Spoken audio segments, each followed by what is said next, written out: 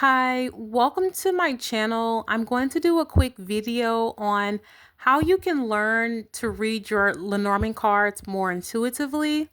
Now, I know within the cartomancy world, many people use this phrase as a buzzword or as a buzz phrase or as a cliche. So I want to be clear about what I don't mean when I use the phrase reading your cards more intuitively. I don't mean to help you get in touch with any type of like spiritual power or ability that's supernatural. I don't mean trying to help you find ways to not have to follow some type of structure or system within the card system that you're using. And I'm also not trying to help you project your own personal fantasies, wants, and desires onto the cards because you don't like what the cards have to say when you get the answers from your readings. That's what I'm not trying to do. Nothing's wrong with any of those things. I just want to be clear about what my intention is.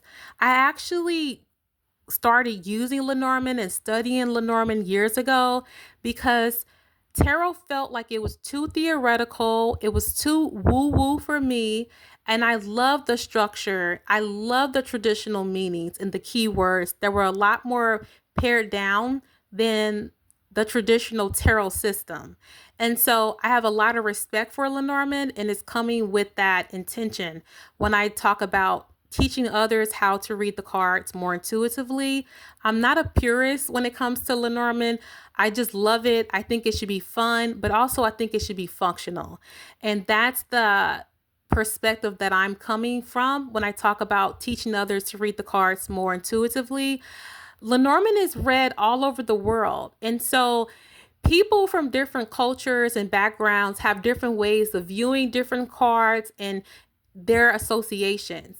And despite everyone all around the world using this same system and even applying different concepts or associations to certain cards, overall, we still all love Lenormand and we still all get accurate readings from using this system.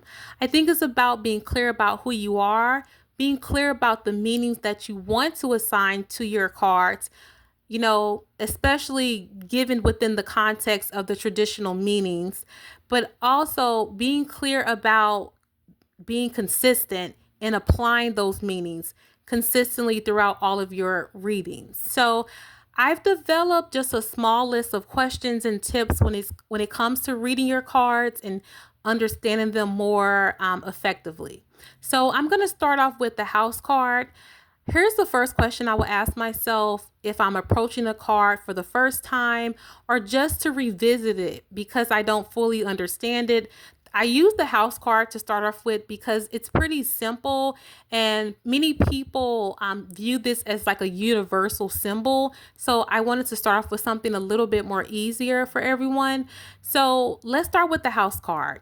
The first question I will ask myself is, what do I literally see in the card? What's the most literal meaning of this card? And so in this particular case, I would just see a really large home, a mansion. I would possibly think that these people are very rich or famous because I would wonder why their home is so big. And then the second question I would ask myself is, what other words or concepts come up for me based upon my culture, based upon my personal instincts when I just see this very large house? So, a few things that I think about is, of course, family, because families tend to live in homes together. I also think about privacy because a lot of things that we do in private, we do within our homes. A lot of private conversations, private activities such as sex or arguments we may have with the people closest to us, they often take place within our homes. I also think about a sense of intimacy because some of the most intimate moments that we share with others often takes place in our home as well. Another thing I would ask myself, the third question is, what are some of the most basic keywords based upon the Lenormand system that I've learned from the people who have taught me Lenormand or from books or blogs? What is this card typically associated with? In this case, the house card is associated with family, a house, a home. Um, so we can just keep it around that level for that. And then the next question I would ask myself is, what are some more extended meanings for this card based upon what I've learned about the system itself? Now, this is where it can get a little tricky and also very interesting.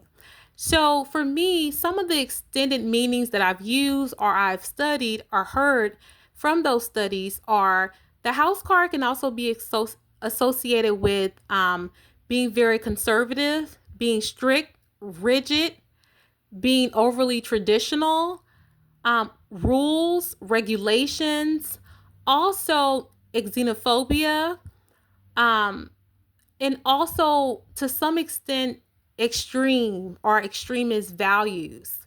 And so my next question would also be, what of those keywords resonate the most with me that just comes to me very easily?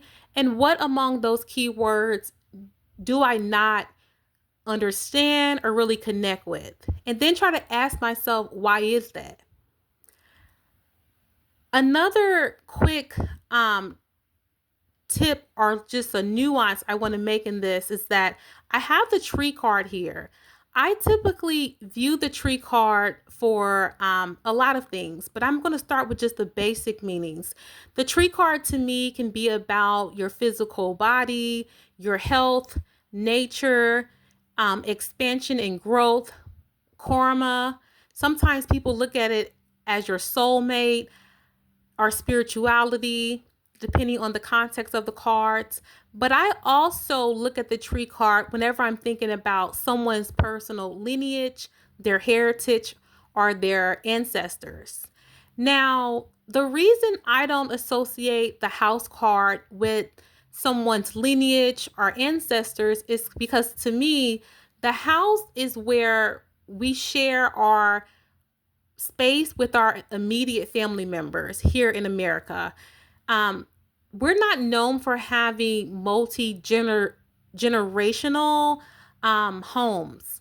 It's not extremely popular for homes to be this large or for many people to live inside one house. Even though I'm sure it takes place, it's not the most common thing in America. Whereas in the tree card, I can think about like a seed being planted and growing. And so the concept of someone's, ancestry, their lineage, it just makes a lot more sense to me. And I can make those connections a lot more easier. Now I want to quickly move on to the birthright card. Now, in this particular deck, this is called birthright, but it's usually called the whip card. Now, to me, I will go through those same questions. I'm going to go a little bit faster. One, what's the most literal thing that I see? I see just like some branches tied together, perhaps some type of plant that look very abrasive and harsh and tough. Then two, what other words come up to me when I see this card? I think about whoopings. I've heard stories from people in the American South where when they were younger, their parents made them go outside and collect branches in order to whoop them with.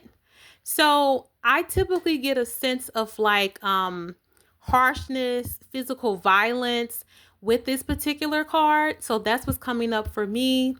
The third question, what are some basic keywords from the Lenormand system that I've learned for this card?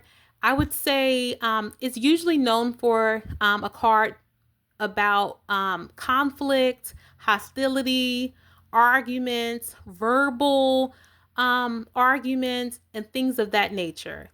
Now, I would ask myself then, what are some extended meanings of this card?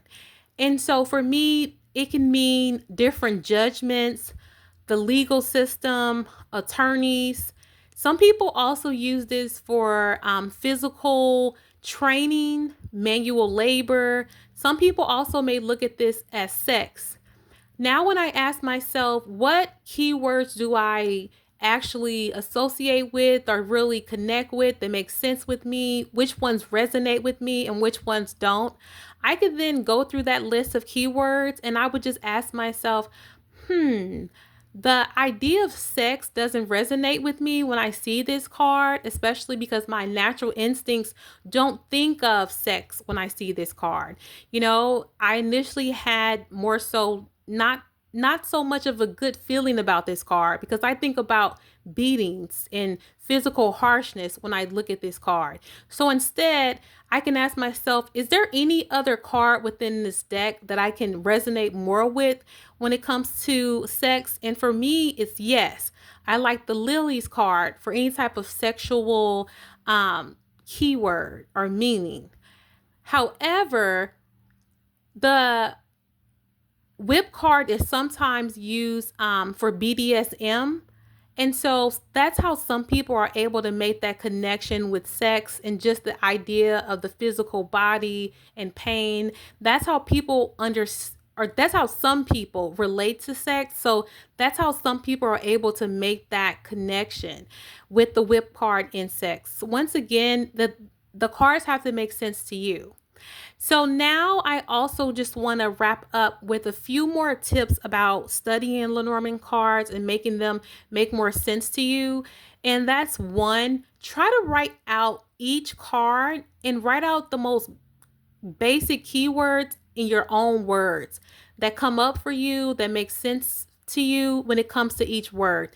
It doesn't have to be overly formal. Just write out in your own words what each of the 36 cards mean to you and write it in your own words based upon your own life. The point to me of Lenormand is to make this deck usable, functional.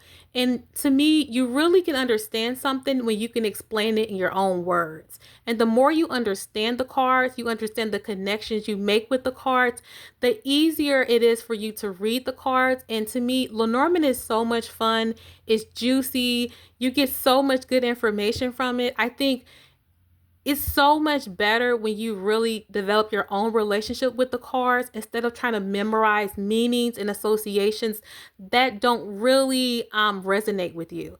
And if they don't resonate with you, this is why it's good for you to practice, writing out the different meanings, is because then you know which cards you need to focus more on or spend more time with. When I first started, I had a hard time understanding like the star card or the moon card. So I spent more time with that card. And as a reader, you're always learning and relearning the cards. Sometimes you're picking up the deck and putting it down. You're still a reader. So it's important to still stay practicing. And that's my next tip. Keep practicing. You don't have to practice every day. I used to, and I still do from time to time, but try to practice consistently so that you can really get to know the cards. You can't understand the cards just from studying or trying to memorize, the card combinations from blogs. It's really helpful if you yourself actually practice using the cards every day, have a sense of detachment. They're just daily cards so that you don't only approach the cards when you really need an answer or you're really dependent on what the answer is. And then lastly, try to find a deck that you really resonate with when it comes to the imagery. Some decks just show the symbols. Other decks have other details in the cards.